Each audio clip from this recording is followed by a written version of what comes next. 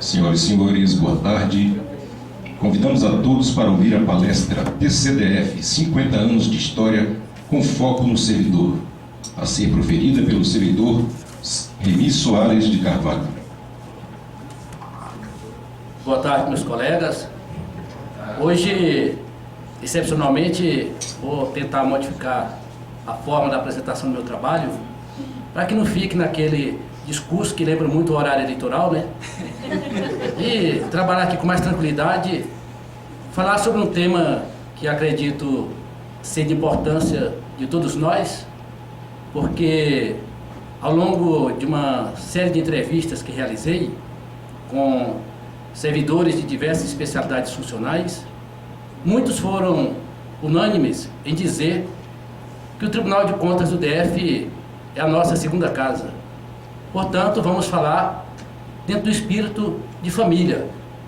E quando o espírito é de família, é natural que os mais velhos tenham assento no melhor lugar. E para acompanhar o meu trabalho e me auxiliar em eventuais dificuldades, gostaria de chamar o senhor Maurício Alves da Silva, o servidor mais antigo do Tribunal de Contas do DF, para sentar aqui do meu lado.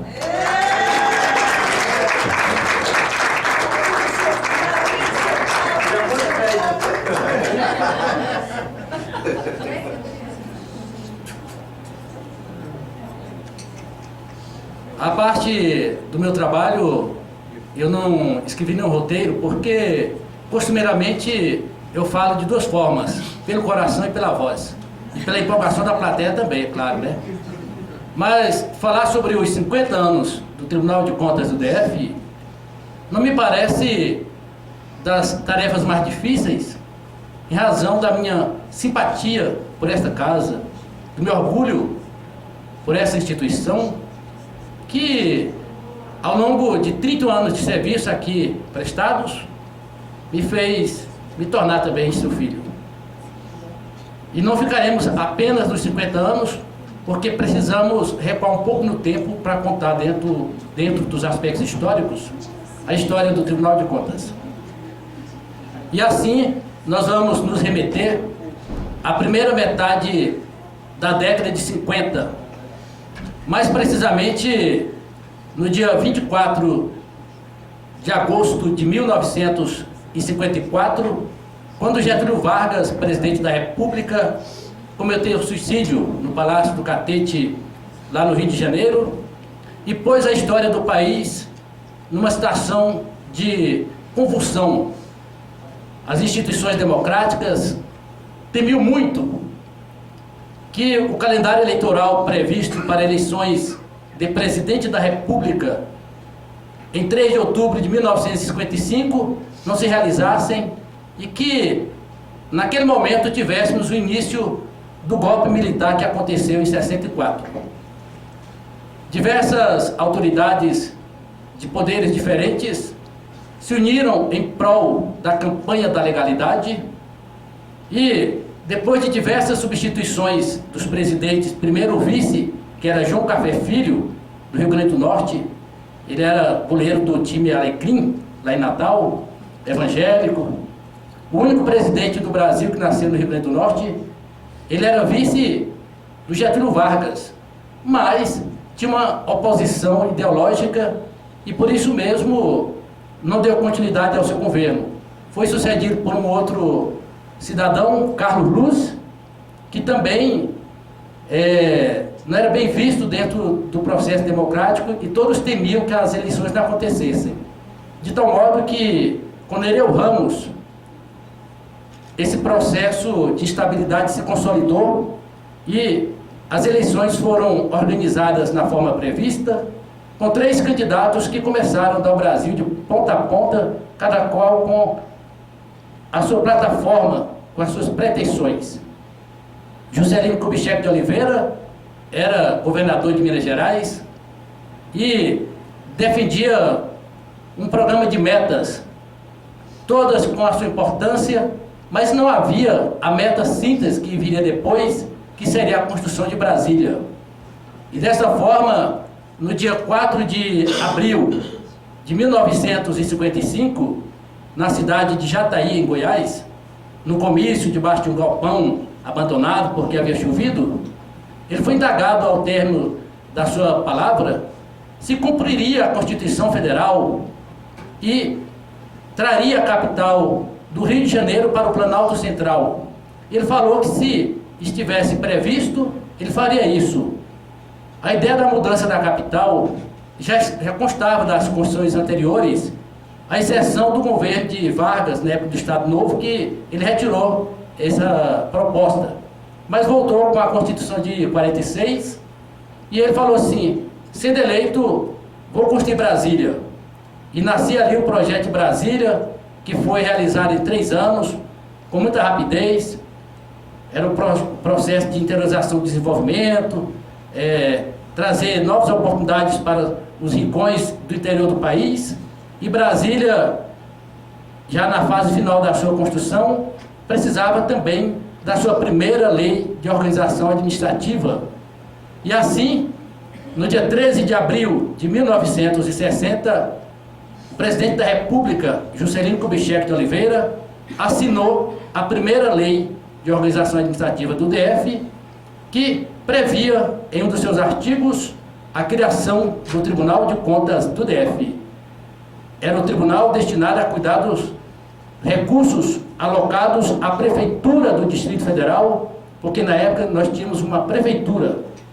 Pois bem, ao sancionar essa lei, em abril, mais precisamente dia 13, JK começou a pensar em quem traria para o Tribunal de Contas do DF, porque também eram os primeiros cargos vitalícios colocados à disposição da sociedade brasiliense. E é natural que muitos colegas queriam. JK, como bom mineiro, fez o que qualquer mineiro faria: chamou uma reca de mineiros para cá. Foram 7 pela ordem. Por isso, era para ser Tribunal de Contas de Minas Gerais, representação de Brasília. Vamos colocar os 7 mineiros aí pela ordem para ver se estou enganado ou não.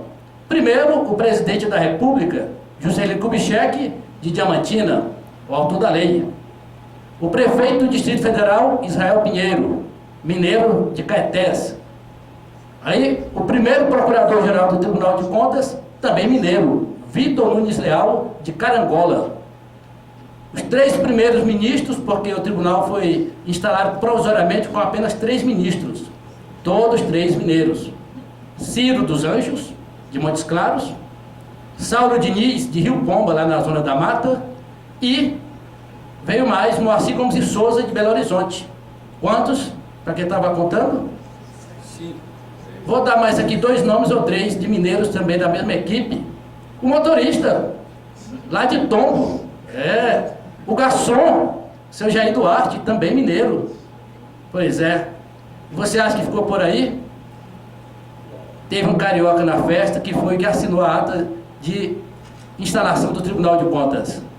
Hoje não está aqui conosco, mas eu tive a oportunidade de conhecer na época da inauguração do memorial.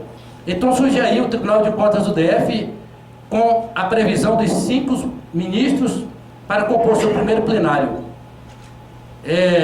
Para romper um pouco a história da vinculação com Minas Gerais, vieram 2 de Goiás. Segismundo de Araújo Melo, de Lusiânia, que recebeu um convite do presidente da República, porque ele teve um papel muito importante, juntamente com o jurista Santiago Dantas, eles que bolaram a lei para estruturar o território do DF. Santiago Dantas, juntamente com o ministro Segismundo de Araújo Melo, que havia sido presidente da Nova Cap por um curto espaço de tempo. E para quem conhece a Márcia de Melo Pereira, ou a Martinha, ou a Dona Celeste, é da mesma família, que também é da mesma família da militar da presidência. Tudo bem. Mas vamos continuar, né? Se for falar os nomes, são muitos. Todo mundo de Lusiânia, pronto. E de Pires do Rio veio Tassiano Gomes de Melo. Ele não era goiano, mas fez carreira política em Goiás. Chegou em Goiás com 28 anos de idade, era médico.